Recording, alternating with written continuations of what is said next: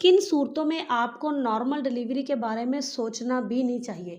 कौन-सी ऐसी कंडीशंस होगी वो आज आपसे शेयर करने जा रही हूँ। तो सबसे पहली चीज़ प्लेसेंटा प्रीविया यानी कि आँवल का आगे होना। अगर आपकी आँवल आगे है तो आप नॉर्मल डिलीवरी के बारे में बिल्कुल भी सोचें मत, बल्कि इसमें तो बेड रेस्ट ज़रूरी होता है। जब से प्लेसेंटा प्रीविया आपको पता चलेगा तब से आप प्लेसेंटा प्रीविया के लिए बेड रेस्ट करेंगे और अपनी डाइट अच्छी रखेंगे। इसमें क्योंकि जब आँवल आगे होती है तो बच्चे का सर आँवल पे जब दबाव डालता है तो उसमें से ब्लड आँवल जो होती है वो लीक हो जाती है और ब्लीडिंग होने लग जाती है और ब्लड जब निकलता रहता है तो वीकनेस होती है। इसमें आपको अच्छी डाइट की भी ज़रूरत होगी, अच्छी केयर की भी ज़रूरत होगी और फुल बेड रेस्ट की भी ज़रूरत होगी और इसमें आप नॉर्मल डिलीवरी के बारे में सोचेंगे भी नहीं। इसके अलावा बेबी ट्रांसफ़र, अगर आपका बच्चा ट्रांसफ़र है यानी कि सीधा नहीं है, तो आप बिल्कुल भी नॉर्मल डिलीवरी का रिस्क नहीं लेंगे क्योंकि ऐसे नॉर्मल डिलीवरी हो ही नहीं सकती।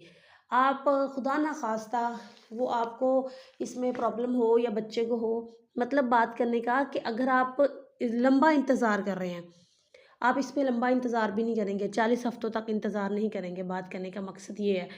आप 37 वीक पे अपना ऑपरेट करवा लेंगे। इसके अलावा ब्रीच, ब्रीच में भी अगर आपकी फर्स्ट प्रेगनेंसी है, ब्रीच होता है बच्चे की टाँगें नीचे की तरफ होती हैं, सर ऊपर की तरफ। अमूमन जो बच्चा सीधा जिसको कहा जाता है वो सर नीचे की तरफ होता है, वजाइना की तरफ और टाँगें ऊपर की तरफ, इसको कहते हैं कि बच्चा सीधा है। अगर बच्चे की टाँगें नीचे हैं, सर ऊपर है, मैदे की जानिब, तो ये ट्रांसफ़र नहीं है, ये है ब्रीच। तो ब्रीच में नॉर्मल डिलीवरी हो जाती है।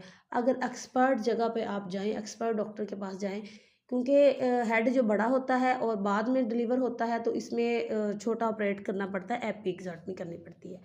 तो इसमें अगर आपका फर्स्ट बेबी है तो आप रिस्क ना लें। अगर आपका सेकंड थर्ड है तो फिर ब्रीच आपका आसानी से हो जाएगा। फर्स्ट अगर है तो अगर आपने रिस्क लेना है नॉर्मल डिलीवरी का, हो जाएगी इंशाल्लाह, लेकिन हो एक्सपर्ट जगह पे आपकी। इसके अलावा आपने फर्स्ट प्रेगनेंसी में अपनी हड्डी चेक करवानी है कि आपकी पेल्विस की हड्डी तो छोटी नहीं है। अगर आपकी पेल्विस की हड्डी छोटी है तो आप बिल्कुल भी नॉर्मल डिलीवरी की तरफ नहीं जाएँगे। बिल्कुल भी, चाहे आपके बच्चा छोटा है चाहे बड़ा है। छोटा बड़े का मकसद कि 40 हफ़्ते पूरे हो जाएँ तो दर्दें लगती हैं तो कहते हैं कि बच्चा का हेड बड़ा है, बच्चा हेल्दी है। अगर बच्चा कमज़ोर है तो फिर कहते हैं कि जी स्पेस जो कम है ना, हड्डी छोटी है, जगह थोड़ी है और कहते हैं कि जी बच्चे का वज़न कम है तो हो जाएगा। No, no, no, no.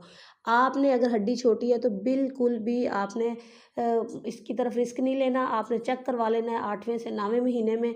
आपको जो है गायनेकोलॉजिस्ट डॉक्टर आपकी होंगी जिसको आप चेकअप करवा रहे हैं, विज़िट कर रहे हैं, तो वो आपकी हड्डी चेक करके आपको बता देंगी कि आपकी नॉर्मल डिलीवरी के लिए आपको ट्रायल देना है या नहीं देना। इसके अलावा अगर 40 वीक्स के बाद आपको दर्दें नहीं लगी, यानी कि आप इंतज़ार कर रहे हैं और 40 हफ़्ते पूरे हो गए हैं और आपको दर्दें नहीं लगी, तो आपने मज़ीद नॉर्मल डिलीवरी के लिए इंतज़ार नहीं करना, आपने ऑपरेट करवा लेना है। ये नार इस इन सूरतों में नॉर्मल डिलीवरी नहीं करवानी चाहिए क्योंकि अगर आप करवाएँगे, या माँ का नुकसान या बच्चे का नुकसान। तो माँ के नुकसान में पीपीएच ब्लीडिंग होगी बहुत ज़्यादा और ब्लीडिंग जब होगी तो माँ की जान चली जाएगी और बच्चे की वैसे ही हड्डी में उसकी डेथ हो जाएगी। तो ये चीज़ें समझने वाली हैं आपके, जो मैं आपको बता रही हूँ। इसके अलावा आपने ये देखना, अगर बच्चे का वज़न ज़्यादा है और आपका फर्स्ट बेबी है, हेल्दी बेबी हो और सेकंड थर्ड हो तो हो जाता है नॉर्मल। अगर फर्स्ट बेबी है और बच्चा हेल्दी ज़्यादा है, ये आपको पता चलेगा अल्ट्रासाउंड में। स्पेशलिस्ट से अगर आप अल्ट्रासाउंड के कलर डॉपलर अल्ट्रासाउंड, वहाँ से आपको क्लियर होगा कि आपके बच्चे का वज़न कितना है। तो इसमें आपका बच्चा अगर वज़न ज़्यादा है तो नॉर्मल नहीं होगा, क्योंकि अगर हेड डिलीवर हो भी जाए तो उसके जो शोल्डर हैं, कंधे हैं, वो फँस जाते हैं अंदर ही। फिर उसको खींचने में, करने में, ये वो में उसकी जो है ना वजाइना की भी सारा डबल-डबल टीयर आ जाते हैं और बच्चे के भी वहीं पे फँसने की वजह से बच्चे की भी जान चली जाती है। तो ये चीज़ें समझने वाली हैं। इसलिए मैं क्लियर कट साफ लफ्ज़ों में आपको बता रही हूँ।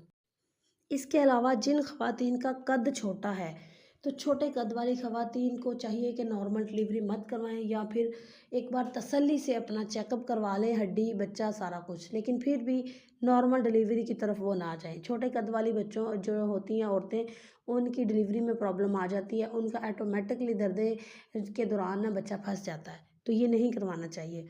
अब इसके अलावा या फिर आप अल्ट्रासाउंड करवाएँ, तो आपको पता चले कि आपके बच्चे का हेड बड़ा है। क्योंकि इस अल्ट्रासाउंड से पता लग जाएगा कि आपके बच्चे का सर बड़ा है और कितना बड़ा है, तो फिर वो नॉर्मल डिलीवरी नहीं होगी। या फिर कोई बच्चे में अबनॉर्मेलिटी है, आपने चेक करवाया बच्चे में अबनॉर्मेलिटी है, तो फिर आपको नॉर्मल डिलीवरी नहीं करवानी चाहिए। इसके अलावा सी सेक्शन के बाद नॉर्मल डिलीवरी की दर्दें अगर खुद ब खुद लग जाएँ तो ठीक है, वरना आप खुद से ना लगवाएँ। सी सेक्शन के बाद अगर आप खुद से दर्दें लगवाएँगी तो ये अमूमन मैंने देखा है कि बच्चेदानी फट जाती है, यूट्रस बहुत ज़्यादा रप्चर हो जाती है, जिसकी वजह से माँ और बच्चा दोनों की जान जाती है। तो ये एक इम्पोर्टेंट है कि बिल्कुल ही इसको आपने इस पॉइंट को नोट करना है कि सी सेक्शन के बाद नॉर्मल डिलीवरी की दर्दें आपने बिल्कुल नहीं लगवानी। अगर खुद ब खुद दर्दें लग गई हैं तो ठीक है, फिर नॉर्मल डिलीवरी हो सकती है। अगर खुद ब खुद दर्दें नहीं लगी तो फिर आपको नहीं करवानी चाहिए। इसके अलावा इमरजेंसी सी सेक्शन जो है वो बेहतर नहीं है। अगर आप सी सेक्शन इमरजेंसी में करवाएँगे वो नहीं बेहतर, अगर आप प्लान करके करवाएँगे तो वो आपका सी सेक्शन बेहतर होगा। ये समझने वाले पॉइंट है। सॉरी। अब खुद को आप इन्फेक्शन होने से बचाएँगे। अगर आपको इन्फेक्शन होगा तो सी सेक्शन हो या नॉर्मल डिलीवरी भी हो, दोनों में प्रॉब्लम होती है। तो इन्फेक्शन जो है वो आप देखना है कि आपको वजाइना के ज़रिए से पानी पड़ रहा है, ख़ारिश हो रही है, पेट के निचले हिस्से में दर्द है, कमर के निचले हिस्से में दर्द है, तो ये चीज़ें आपने ज़रूर देखनी है।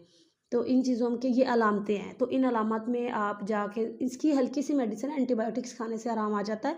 आप अपने डॉक्टर से मशवरा करें, बल्कि एक छोटा-सा टेस्ट है, ₹200 में हो जाता है यूरिन टेस्ट, जिसमें पता चल जाता है आपको इन्फेक्शन है या नहीं।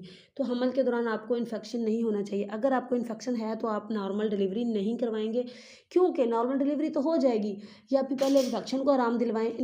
नॉर्मल डिलीवरी करवाने के बाद आपके बच्चे को आँखों का इन्फेक्शन हो जाएगा। जिन बच्चों को नॉर्मल डिलीवरी के बाद आँखों के इन्फेक्शन होते हैं, उन बच्चों में यही प्रॉब्लम होती है कि माँ को इन्फेक्शन होता है और वो इन्फेक्शन बच्चे की आँखों में लग जाता है। तो ये चीज़ अक्सर नोट की गई है।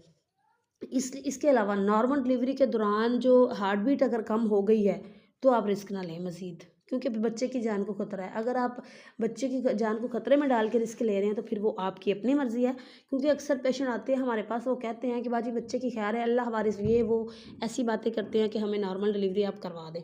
तो यहाँ पे मैं आपको क्लियर बता रही हूँ कि अगर आपकी बच्चे की धड़कन ठीक नहीं है तो आप नॉर्मल डिलीवरी मत करवाएं। बच्चे की धड़कन कम होगी तो नॉर्मल डिलीवरी के दौरान ऑटोमेटिकली बच्चे को ऑक्सीजन कम हो जाती है। जब डिलीवर हो रहा है बच्चा, वहाँ पे भी 15-20 मिनट उसकी ऑक्सीजन कम होती है। पिछले प्रोसीजर में भी कम होती है, 15-20 मिनट, आधा घंटा ये हो गया, और टोटल जो उसकी ऑक्सीजन वैसे ही कुदरती तौर पर कम है, तो वो बच्चे की वहाँ पे आपके बच्चे की डेथ हो जाती है। इसलिए जब हार्ट बीट कम हो जाए, हार्ट बीट नॉर्मल डिलीवरी के दौरान चेक करवाते रहना चाहिए। डॉक्टर चेक करते रहते हैं। अगर आप एक्सपर्ट जगह पे जा रहे हैं तो फिर ये नॉर्मल डिलीवरी डॉक्टर के ज़िम्मे होती है, वो खुद अपने ज़िम्मे सारी चीज़ें देखती हैं, कैसे करना है कैसे नहीं करना। तो उम्मीद है कि ये वीडियो पसंद आई होगी। अगर वीडियो पसंद आई है तो प्लीज़ लाइक करें, चैनल को सब्सक्राइब करें, और वीडियो में मुझे बताएं कमेंट पे, वीडियो के नीचे कमेंट करके, कि अगर किसी का कोई क्वेश्चन है या कोई प्रॉब्लम है या किसी को समझ नहीं आई तो मैं ज़रूर आपसे शेयर करूँगी। इंस्टा पर आप मुझे मैसेज कर सकते हैं, तो ज़रूर मैं वहाँ पे आपको रिप्लाई दूँगी free of cost. Thank you very much.